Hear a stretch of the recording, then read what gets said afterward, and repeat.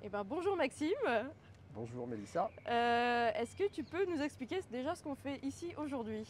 Eh bien, nous sommes dans le jardin des 4 colonnes du Palais Bourbon à l'Assemblée nationale et on va faire une petite interview, si tu veux bien, pour faire le bilan de ma première année de mandat. Donc j'en profite pour te présenter Mhm. Mélissa Dupont, une de mes collaboratrices.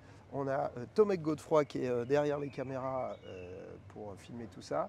Et Cécile Gutmann est dans son bureau, dans un autre bâtiment de l'Assemblée nationale, au travail. Ça fait un an que tu as été élu en tant que député de Seine-et-Marne. Dans quel état d'esprit tu es aujourd'hui? J'ai du mal à réaliser que ça fait un an parce que ça va très vite en fait une année de mandat parlementaire. On est très occupé sur le front des lois qu'on doit critiquer, voter, amender, celles qu'on propose également. Et puis il y a tout le travail en circonscription. Donc oui, ça va vite. Je regrette pas du tout d'avoir été élu député. Après, je pense qu'on en parlera plus tard, mais député de l'opposition sous la Ve République, c'est pas simple. Ok, très bien.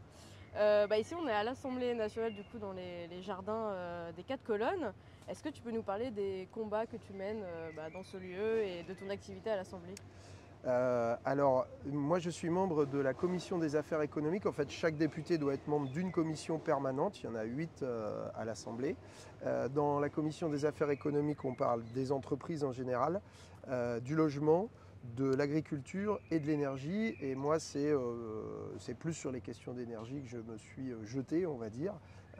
Donc, c'est l'essentiel de mon activité. Évidemment, je co-signe d'autres propositions de loi, celle déposée par mon groupe, LFI NUPES, et parfois même avec d'autres groupes de la NUPES. Je défends des amendements, j'en ai fait sur les retraites, voilà, sur tout un tas de lois, mais c'est vrai que c'est quand même beaucoup les questions d'énergie dans le cadre de cette commission. Et alors, du coup, pourquoi l'énergie? Comment tu es venu à ce sujet? Et sur quel texte tu as travaillé précisément sur la Ouais. question de l'énergie? Alors pourquoi l'énergie? Alors d'abord parce que moi ça fait longtemps que je m'intéresse aux questions de climat, Mhm. de changement climatique et de bifurcation qu'il faut faire pour essayer de résoudre cette question. Et les questions d'énergie sont forcément liées à celles de la préservation du climat. Et il se trouve qu'au mois de juillet dernier, donc quelques semaines après qu'on ait été élu, il y a eu un projet de loi du gouvernement qui s'appelait Projet de loi pour le pouvoir d'achat. Et sur 20 articles, il y avait 10 articles qui concernaient l'énergie. Notamment, il y avait la relance d'une centrale à charbon, l'installation d'un terminal méthanier au large du Havre, la question de l'Arenh, l'accès régulé à l'électricité nucléaire historique, c'est le prix auquel EDF doit vendre son électricité à ses concurrents, ce qui est un scandale, mais qui a été discuté aussi dans l'hémicycle à ce moment-là. Et donc, il fallait que quelqu'un de ma commission s'occupe de ces articles-là, et j'ai fait partie de ceux qui se sont lancés dedans. Et puis après, comme il y a eu plein d'autres textes qui concernaient l'énergie, j'ai dit je vais continuer. Voilà. Ce qui fait que j'ai ensuite été chef de file du projet de loi du gouvernement sur les renouvelables, qui a commencé à être discuté en décembre dernier, qui a été voté en début d'année 2023. J'ai été chef de file également pour mon groupe sur le projet de loi sur le nucléaire, d'accélération du nucléaire, qui vient d'être voté il y a 3 semaines.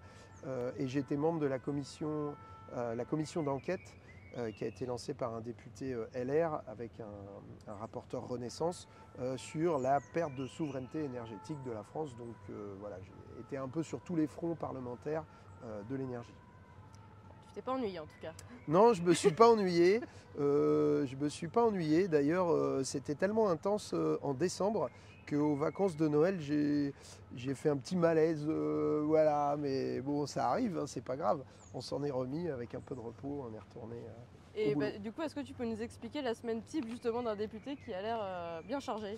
Oui, alors si on prend cette semaine par exemple, en plus de tout le travail parlementaire à la fois en commission et dans l'hémicycle, où je vais rester, donc là cette semaine j'ai fait le point hier avec ma compagne et je vais passer 4 nuits à l'Assemblée parce qu'en fait il faut être là. Donc en plus de tout ça, avec des séances souvent qui finissent à minuit, parfois un peu plus tard, il y a les manifestations, et il y en a une cette semaine contre la réforme des retraites, et il y en a eu plein quand même depuis, je crois que c'est la 14e journée là, donc systématiquement on y est. Il y a le travail en circonscription, donc ça peut être recevoir des gens en permanence à ma permanence, celle où tu es d'ailleurs à Vers-sur-Marne, où on peut recevoir des habitants de la circonscription, des associations qui nous font part de leurs difficultés ou de leurs projets, des coups de main qu'on pourrait leur donner. Cette semaine, par exemple, je participe à une cérémonie de naturalisation avec le sous-préfet. Cette fois-ci, ce sera pour la deuxième fois au château de Champs-sur-Marne. C'est une cérémonie, je ne sais plus, je crois que c'est la 5e fois au moins que je fais. Ça me tient beaucoup à cœur de voir ces gens qui deviennent français, qui chantent la Marseillaise avec nous et qui sont très fiers de devenir français. Et nous, on est très fiers et très heureux de les accueillir dans la communauté nationale.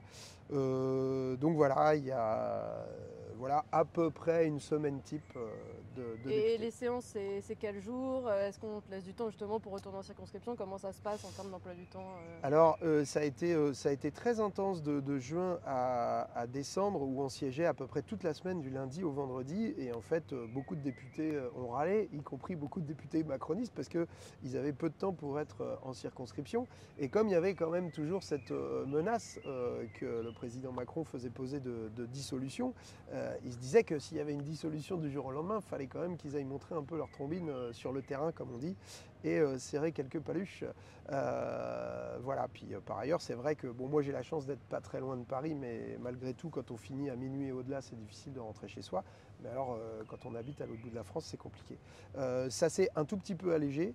On siège très rarement maintenant le vendredi, mais on commence le lundi à 16h. Et en général, il y a séance le lundi de 16h jusqu'à minuit en général. Le mardi, on reprend avec les questions au gouvernement à 15h et on enchaîne pareil jusqu'à minuit. Le mercredi matin, il y a la commission et on siège l'après-midi en séance. Et le jeudi, en général, c'est toute la journée. Voilà. Donc, et après, il faut trouver le temps de travailler avec son cabinet, d'aller en circonscription, de passer les coups de fil au préfet quand il y a besoin, etc. Ok. Et après un an, quel bilan tu tires de ton action en tant que député et particulièrement de ton action sous cette 5e République qui est un peu particulière? Oui, c'est sûr que quand on est député de l'opposition sous la 5e République, on a quand même très très peu de pouvoir. Alors on a des moyens. D'ailleurs t'en es la preuve avec l'ensemble du cabinet. Enfin voilà, on a de quoi payer des collaborateurs, des collaboratrices. De ce point de vue-là, on n'est pas malheureux, mais c'est vraiment du point de vue de nos droits dans le fonctionnement de la 5e République. Par exemple, le principe des niches. Maintenant, je pense que les gens ont bien compris. La niche parlementaire, c'est une journée pour chaque groupe dans l'année pour pouvoir imposer l'agenda de ce qui va être discuté entre 9h et minuit, quoi. Ce qui fait que ça laisse très peu de temps pour discuter de nos propositions de loi. Donc ça a deux conséquences. La première, c'est qu'on fait peu de propositions de loi pour être sûr qu'elles puissent être discutées dans le cadre de cette journée et que chaque proposition de loi est très courte. Ça peut sembler un peu surprenant, mais des fois on a des propositions de loi avec 1 ou 2 articles seulement, quand un projet de loi du gouvernement, lui, peut compter 10, 20, 50 articles. Donc c'est pas qu'on travaille pas, c'est pas que c'est pas sérieux, c'est que tout simplement si on en met plus, une journée suffira pas pour étudier une seule proposition de loi. Donc voilà comment on réduit les droits de l'opposition. Et puis là, on le voit avec le fameux article 40 qui est censé empêcher toute proposition de loi qui entraînerait des charges pour l'État, c'est-à-dire des dépenses. Il y a une vraie bataille là-dessus. En vérité, si on fait jouer l'article 40 de manière stricte, à chaque fois qu'une proposition de loi contient une dépense, il n'y a plus aucune proposition de loi, mais pas seulement de l'opposition, même de la majorité. Le groupe Renaissance récemment a apporté un texte qui s'appelle Bien vieillir, où il y avait 8 milliards de dépenses. Donc si on avait fait jouer cette proposition de loi, cet article 40, en fait on n'en discutait pas, quoi. Donc voilà, député de l'opposition sous la 5e, en fait je me dis que le sens de mon mandat, c'est de me préparer avec l'ensemble du groupe LFI-NUPES et même avec l'ensemble des députés de la NUPES, de nous préparer à gouverner et de montrer qu'on est capable, qu'on est prêt dans la perspective de 2027. Et pour que les personnes comprennent bien, demain tu aurais envie de faire une proposition de loi sur n'importe quel sujet, justement quel recours tu as pour faire passer cette proposition de loi et qu'elle soit étudiée dans l'hémicycle? Eh bien, alors j'ai pas encore eu l'occasion, je te remercie de me poser la question, j'ai pas encore eu l'occasion de déposer ma propre PPL, on appelle ça, une proposition de loi. D'abord parce que j'étais très occupé sur les textes dont on a discuté tout à l'heure, mais là j'envisage de le faire, notamment d'en écrire une avec Cécile. Sauf que en dehors de la niche, où du coup il y a un peu la baston pour savoir quels textes on va mettre, les 5 ou 6 textes que l'ensemble du groupe, nous on est 75 députés, voilà, dans une niche on ne va pas déposer 75 textes. Donc en dehors de la niche, on peut toujours en déposer le reste de l'année, sauf que si le bureau de l'Assemblée nationale décide de ne pas le mettre à l'ordre du jour, c'est pas mis à l'ordre du jour. Donc on passe beaucoup de temps à écrire des propositions de loi qui sont finalement jamais discutées à l'Assemblée, mais qui ont quand même une vertu pour nous, c'est de continuer à préciser le programme. La France Insoumise avait un programme qui s'appelle l'Avenir en commun, qui a été négocié avec l'ensemble des forces de la NUPES, communistes, écologistes et socialistes dans le cadre des élections législatives, où il y a 600 propositions qui ont été retenues et une trentaine qui ont été mises de côté parce que pour l'instant elles ne faisaient pas consensus. Donc on a un programme, mais c'est vrai qu'il mérite en permanence d'être affiné dans l'hypothèse où on gouvernerait, et je pense qu'on gouvernera.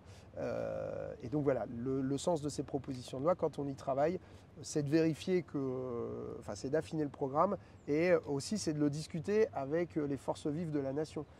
Nous, on considère qu'il y a beaucoup d'expertise citoyenne dans la société civile organisée, les associations, les ONG, les syndicats, et donc en général, on essaye de les discuter avec eux pour être sûr d'aller tout de suite dans le bon sens, quoi.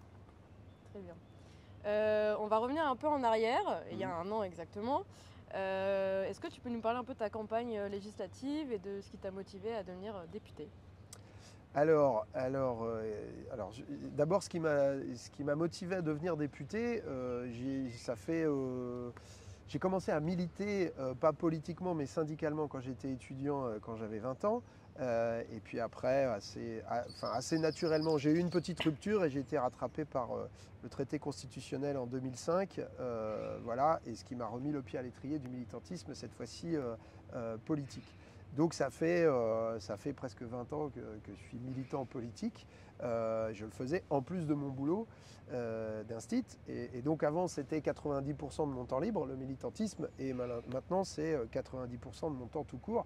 Et d'ailleurs, en tant que député, je me définis plus comme un militant politique qui a la chance de porter le combat en hémicycle que comme si c'était un nouveau métier, quoi. Donc je le faisais en dehors de mon travail, un peu dans mon travail, parce que quand tu es enseignant, en fait, c'est pas un métier que tu choisis par hasard, quoi. Donc tu le fais en gardant une neutralité. Évidemment, j'ai jamais dit à mes élèves qu'il fallait voter Jean-Luc Mélenchon, c'était pas le sujet. Mais voilà, tu y mets du cœur et tu y mets du sens. En 2017, j'étais déjà candidat et j'avais été au second tour face à la candidate de Macron qui avait été élue, mais j'avais fait 44%. Donc là, je m'étais dit, il y a peut-être moyen d'y arriver. D'autant qu'elle n'avait pas forcément brillé par son bilan de mandat de son côté. Et donc, ça a un choix qui a été gagnant puisque ça a fonctionné. Mais ça a fonctionné parce que j'ai travaillé entre deux, parce que j'ai beaucoup milité localement, y compris sur la précédente réforme des retraites. Donc ça a été un moyen de montrer que j'attendais pas d'être élu pour agir. Et de créer des liens avec tout un tas de syndicalistes et de gens qui n'étaient pas syndicalistes, mais simplement qui n'étaient pas d'accord avec la précédente réforme des retraites de 2020.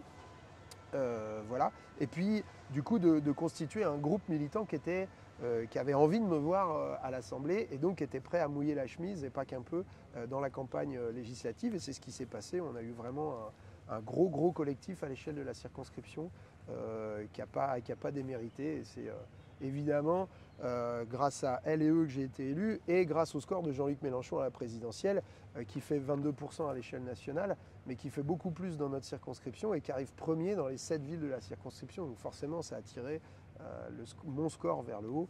Voilà. Il y avait une particularité sur cette campagne, c'était que c'était une alliance de la NUPES. Ouais. Après justement Jean-Luc Mélenchon qui vient d'échouer de peu. Est-ce que tu peux nous raconter un peu dans quel état d'esprit étaient les militants quand ils sont arrivés dans cette campagne législative ? Alors effectivement, Jean-Luc Mélenchon qui fait 22%, qui échoue à 200 000 voix, et quand la gauche est partie dispersée à la présidentielle, ça a créé un sentiment un peu paradoxal, à la fois un peu d'abattement et de se dire que mince, on était passé si près, c'était quand même dommage. Mais les 13 jours et 13 nuits de négociation de la NUPES, pour le coup, de réussir à se mettre d'accord sur un programme commun pour ces élections législatives, là, ça a créé plutôt de l'espoir. Et on l'a vu dans les rangs des Insoumis, évidemment, avec qui j'avais fait la campagne et qui avait porté la campagne de Jean-Luc Mélenchon et qui était prêt à faire la mienne, mais aussi beaucoup avec les communistes dans ma circonscription, des socialistes, HL en particulier, ont beaucoup fait ma campagne, à Vers-sur-Marne, les Verts, des militants de génération. Donc oui, ça a quand même créé une dynamique et les gens nous ont rejoints. Et quand on a fait des réunions publiques dans la circonscription, c'était bien au-delà des organisations politiques. Je pense que ça a vraiment créé un espoir et que ça continue d'ailleurs de créer un espoir et qu'il faut y tenir comme à la prunelle de nos yeux. On va revenir maintenant un peu à l'Assemblée nationale. Qu'est-ce que ça a changé pour toi, le fait qu'il y ait 75 députés insoumis qui arrivent et 150 députés de la NUPES, en termes de stratégie, de fonctionnement? Déjà, ça crée un sentiment de force que moi j'ai ressenti vraiment. Alors la première moyenne émotion, on va dire, c'est de rentrer dans l'Assemblée par la cour d'honneur avec les 75 députés insoumis. Mais la première vraie grosse émotion, c'est de rentrer avec les 150 députés de la NUPES, par ce jardin d'ailleurs. On venait de se faire une réunion tous ensemble et de se dire qu'on était 150, ce qui est, je crois, 3 fois plus que le nombre de députés de gauche sous la précédente législature. Oui, il y a vraiment un sentiment de la force. Et après, quand on a pris place dans l'hémicycle, on se rend compte physiquement de la part qu'on représente dans l'hémicycle. Alors, c'est-à-dire, on se rend compte à la fois qu'on n'est pas la majorité, on se rend compte que les 4 groupes unis, on est quand même beaucoup plus nombreux que le groupe du Rassemblement national, parce qu'ils sont quand même 89, et chacun des groupes pris séparément, on est moins nombreux. Donc voilà, il y a cette force de la NUPES qu'on ressent physiquement, et ensuite qu'on a senti dès le projet de loi sur le pouvoir d'achat, où notamment nous on a porté des questions sociales avec l'augmentation du SMIC, le retour de l'ISF, le blocage des prix, où c'était vraiment des beaux combats parlementaires à l'Assemblée de voir tous les députés de la NUPES qui tiraient dans le même sens sur ces questions sociales et de partage des richesses. Tu parlais des 89 députés RN qui sont aussi arrivés il y a un an. Est-ce que tu peux nous parler un peu plus de ça, et notamment du fait que les médias adorent assimiler le côté extrême gauche, extrême droite? Et toi, dans l'Assemblée, quelle est ta vision des choses par rapport à ces députés RN? 89 députés RN à l'Assemblée, c'est évidemment pour moi une mauvaise nouvelle. Alors après, à quoi on le doit ça? On le doit notamment à la Macronie qui, dans, je ne sais plus, mais c'est à peu près un cas sur deux dans les duels de second tour aux législatives qui opposait un candidat RN à un candidat NUPES, a choisi de ne pas appeler à faire barrage, à faire le front républicain. Alors que nous, on avait bien dit, pour l'élection présidentielle, quand il y a eu le second tour entre Marine Le Pen et Emmanuel Macron, pas une voix pour le Rassemblement national. Ça n'a pas été le discours dominant du groupe Renaissance et des macronistes en général. Donc on se retrouve avec 89 députés RN. On se retrouve aussi avec 2 vice-présidents de l'Assemblée du Rassemblement national, là aussi parce que les députés Renaissance ont glissé un bulletin dans l'urne que nous on a pour qu'ils se retrouvent vice-président de l'Assemblée. Donc on a un Rassemblement national qui s'installe, qui porte des jolis costards, qui met des cravates, qui ne fait pas trop de bruit, qui n'a pas fait trop de bruit d'ailleurs contre la réforme des retraites. Ils ont déposé 2 fois moins d'amendements que le groupe Renaissance sur le projet de loi sur les retraites. C'est dire la vivacité de leur opposition. Ils ont refusé de voter l'augmentation du SMIC dont je parlais tout à l'heure. Ils ont refusé de voter le retour de l'ISF. Ils ont refusé de voter le blocage des prix et le blocage des loyers. Donc voilà, l'analyse que je fais moi, c'est que et que j'ai vraiment ressenti, c'est que la droite, elle commence dès les bancs macronistes. Moi, je suis à 4 sièges des premiers macronistes. Et en fait, elle va jusqu'au bout au Rassemblement national, avec des nuances, évidemment, et en passant par le groupe LR. Mais on sent qu'il y a quand même une espèce d'homogénéité idéologique d'un libéralisme décomplexé, pour le coup, qu'on retrouve aussi bien sur les bancs macronistes que celui du Rassemblement national. On a commencé à faire les comptes, on a mis en place dans le groupe LFI là, une cellule dédié à l'analyse et à la riposte au RN. Et on a regardé concrètement les votes. En fait, très souvent, le Rassemblement national et Renaissance votent ensemble. C'est arrivé aussi hein, que nous, on vote la même chose, mais nous, on n'a jamais voté des amendements ou des propositions qui venaient du Rassemblement national. L'inverse est arrivé, mais bon, ça, on n'y peut rien.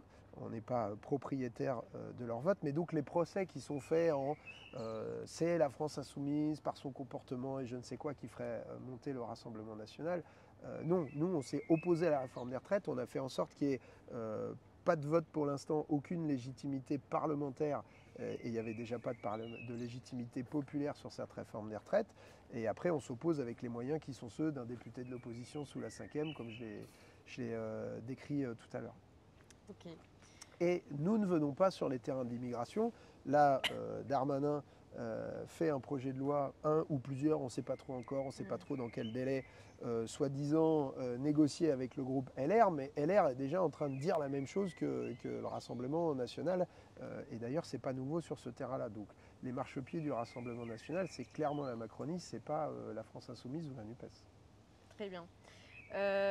Ton travail législatif du coup a représenté une grande part de cette première année de mandat, mais tu as aussi été très présent en circonscription et je peux le prouver. Parce que tu étais sourd avec moi. Voilà, je suis sourd avec toi là-bas. Concrètement, c'est quoi le rôle d'un député en circonscription? Alors, d'abord, c'est de ne pas vendre du rêve. C'est-à-dire qu'un député, sa première fonction, c'est de voter les lois à l'Assemblée nationale. Et ce serait mentir aux gens que de dire que moi, je peux leur trouver un logement, donner de l'argent à des associations ou sur des projets. D'ailleurs, j'en profite pour dire que ce qui s'appelait la réserve parlementaire n'existe plus. Donc non, les députés n'ont plus un petit pactole qu'ils peuvent distribuer comme ça au gré de leurs envies. Plus ou moins saines ou plus ou moins clientélistes, donc ça n'existe plus.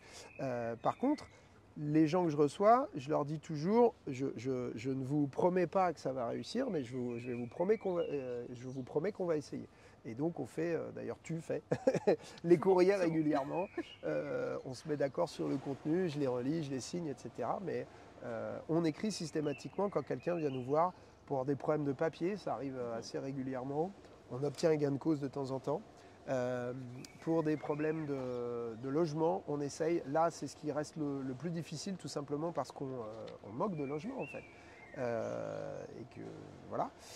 Et puis c'est participer. Alors il y a les cérémonies évidemment, le 11 novembre, le 8 mai, qui sont importantes. Il y a les inaugurations.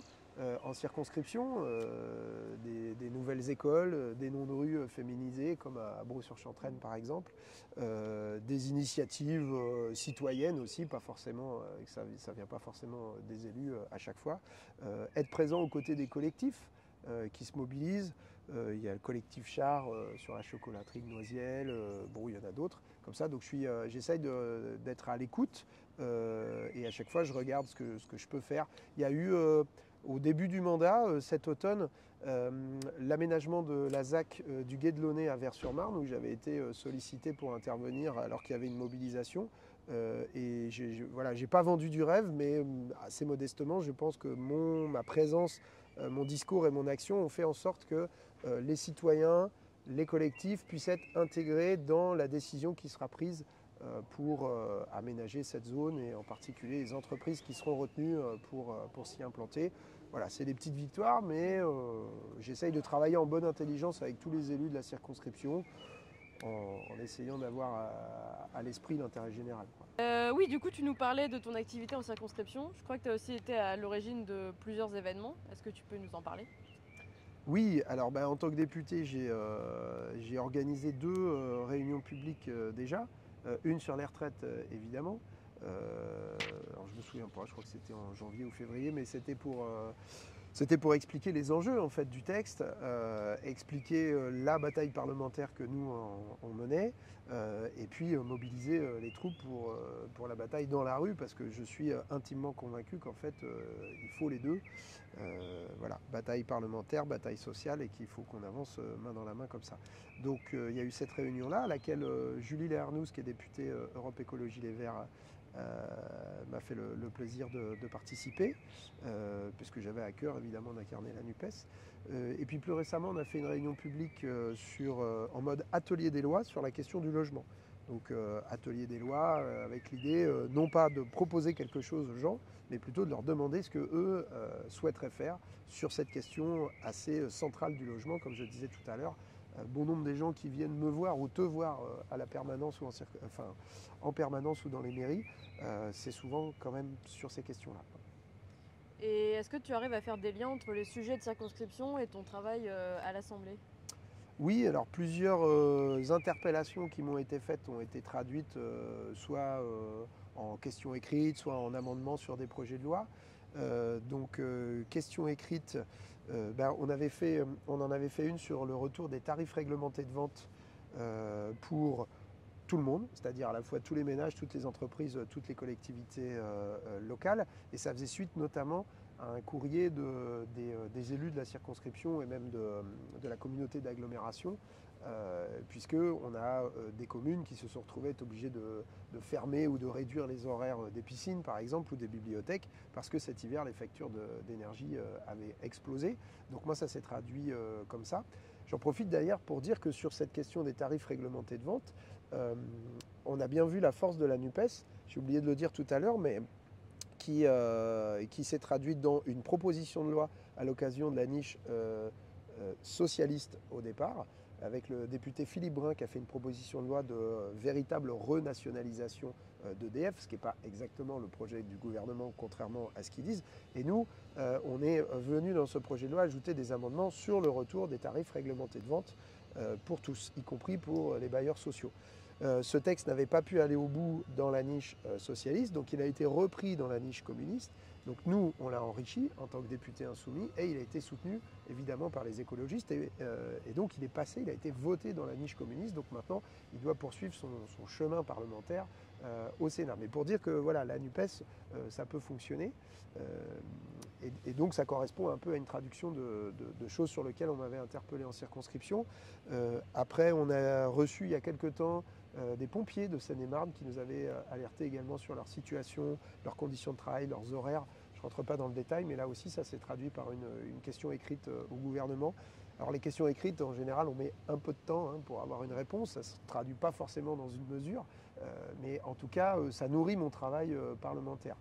Les Jeux Olympiques, évidemment, aussi, puisque la base de Vers-sur-Marne va être le site le plus étendu en superficie et qui va fonctionner sur la plus grande durée de tous les sites olympiques pendant les JO de 2024, avec un certain nombre de sujets sur le transport de 30 000 voyageurs par jour, sur la sécurité du site, sur l'aménagement tout autour, sur les tracasseries que ça va poser aussi pour l'ensemble des riverains et qui ne va pas forcément se traduire par des possibilités même d'assister aux compétitions avec des billets qui sont un peu hors de prix quand même pour beaucoup.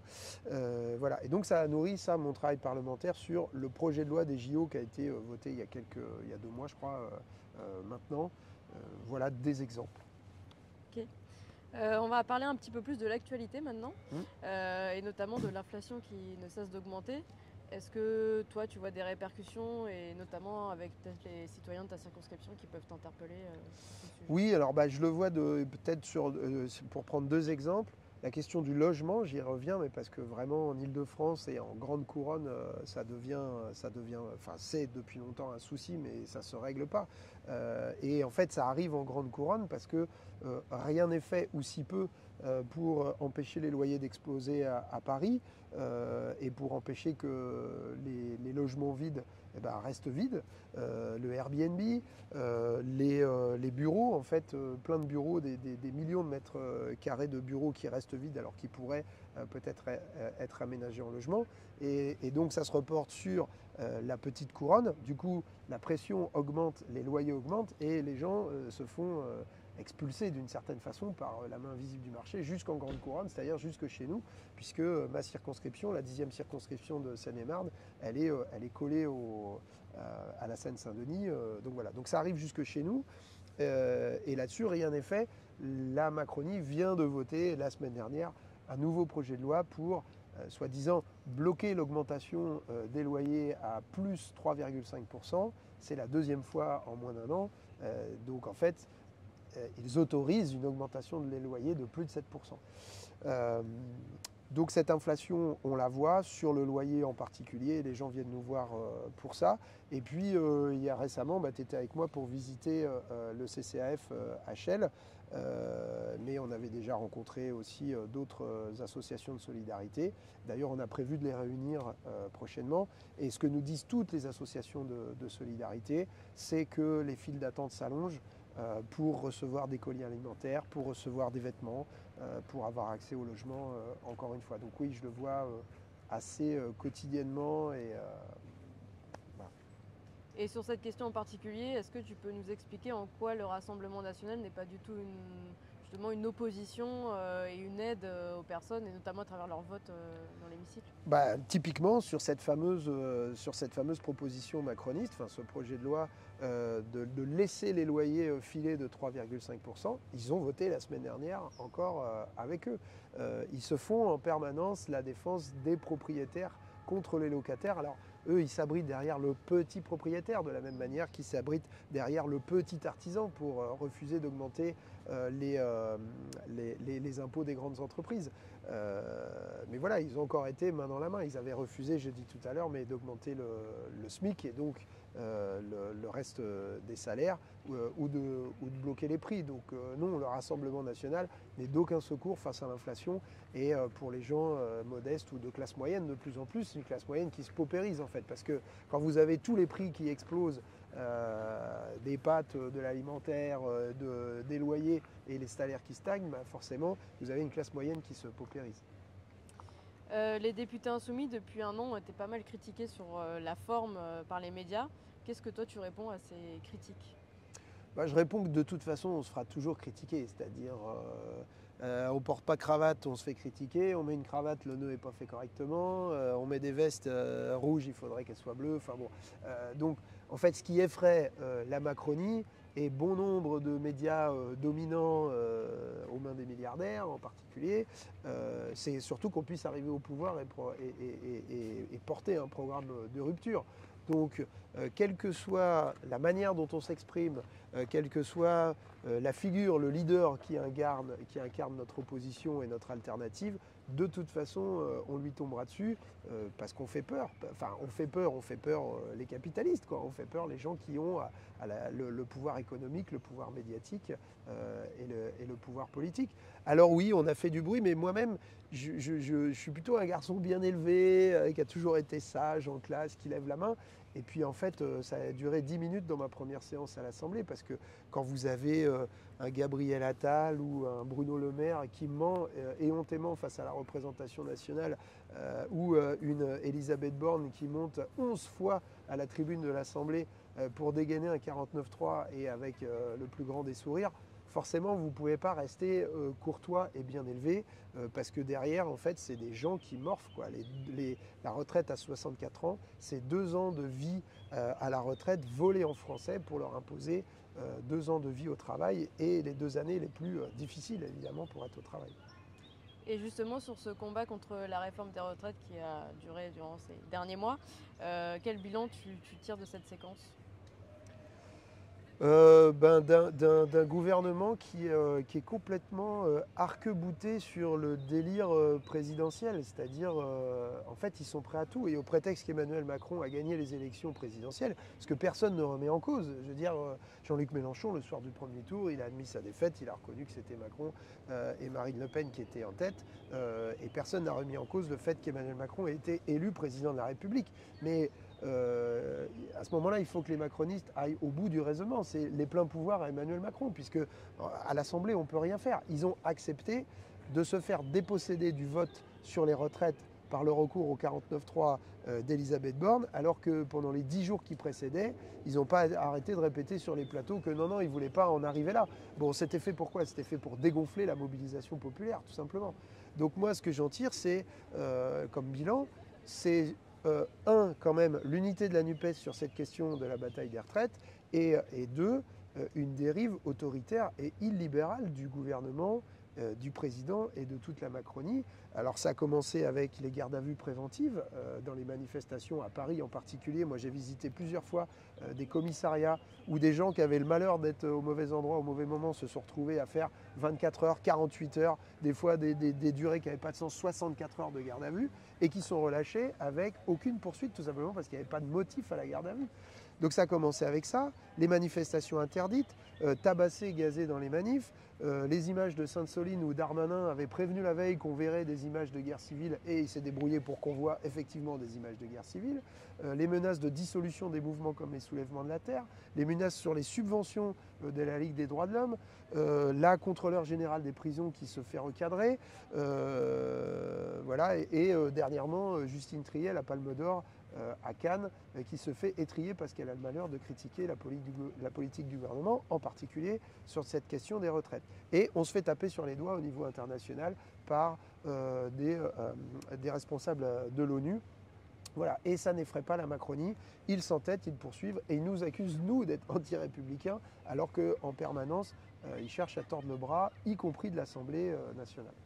Alors, est-ce que tu peux nous parler d'un moment marquant de ta première année de mandat ? Je crois que le moment marquant, c'est quand même le 11e 49.3 d'Elisabeth Borne, c'est-à-dire celui sur les retraites. Puisque voilà, pendant 10 jours, ils nous ont dit qu'ils n'en viendraient jamais jusque-là. Et puis en fait, au bout de seulement 9 petites journées de débat à l'Assemblée nationale, eh bien, elle a sorti ce 49.3 en montant à la tribune avec le sourire. Voilà. Et nous, on ne savait pas quoi faire. On s'est dit qu'il faut qu'on fasse quelque chose de symbolique. Alors, encore une fois, ça n'a pas plu aux poudrés, aux bien élevés. Mais on avait décidé de mettre nos écharpes pour bien rappeler que nous étions la représentation nationale et que c'était inadmissible de ne pas nous faire voter sur un texte aussi grave, finalement. Et chanter la Marseillaise. Je crois d'ailleurs que ça fait le tour du monde. Donc, c'est à la fois, voilà, on se dit que en improvisant, on a eu la meilleure réaction parmi celles qui étaient possibles parce qu'il n'y avait pas 36 solutions possibles et qu'en même temps, c'était quand même très grave ce qui s'est passé ce jour-là, quoi. Très bien. Et maintenant, pour l'avenir, comment toi tu vois ces 4 prochaines années ? Et est-ce que tu as un dernier mot à faire passer ? Un dernier mot à faire passer, ce serait quand même qu'Emmanuel Macron et tous ses sbires s'interrogent sur comment ça va être possible de gouverner encore 4 ans. Parce que voilà, cette première année, on l'a déjà décrite, mais très autoritaire, de plus en plus autoritaire. Moi, je ne sais pas comment, sans même parler de réformer, mais comment on fait fonctionner un pays pendant 4 ans à coup de matraque et de réquisition et d'interdiction et de 49.3 et de passage en force, quoi. Donc, si j'ai un petit conseil à lui donner, c'est quand même de se poser la question de dans quel état il va laisser le pays dans 4 ans, puisqu'il ne pourra pas se représenter. Et puis, pour ma part, moi, je vais continuer à la fois le travail en circonscription auprès des gens, et puis surtout de me spécialiser, de me former sur ces questions plus particulières d'énergie et de climat, mais j'oublie pas le reste, et de me préparer à gouverner avec mes petits camarades si en 2027 on a une bonne nouvelle parce qu'on aura bien travaillé. Voilà. Eh ben, on te le souhaite. Eh ben, merci Maxime. De rien, merci à toi.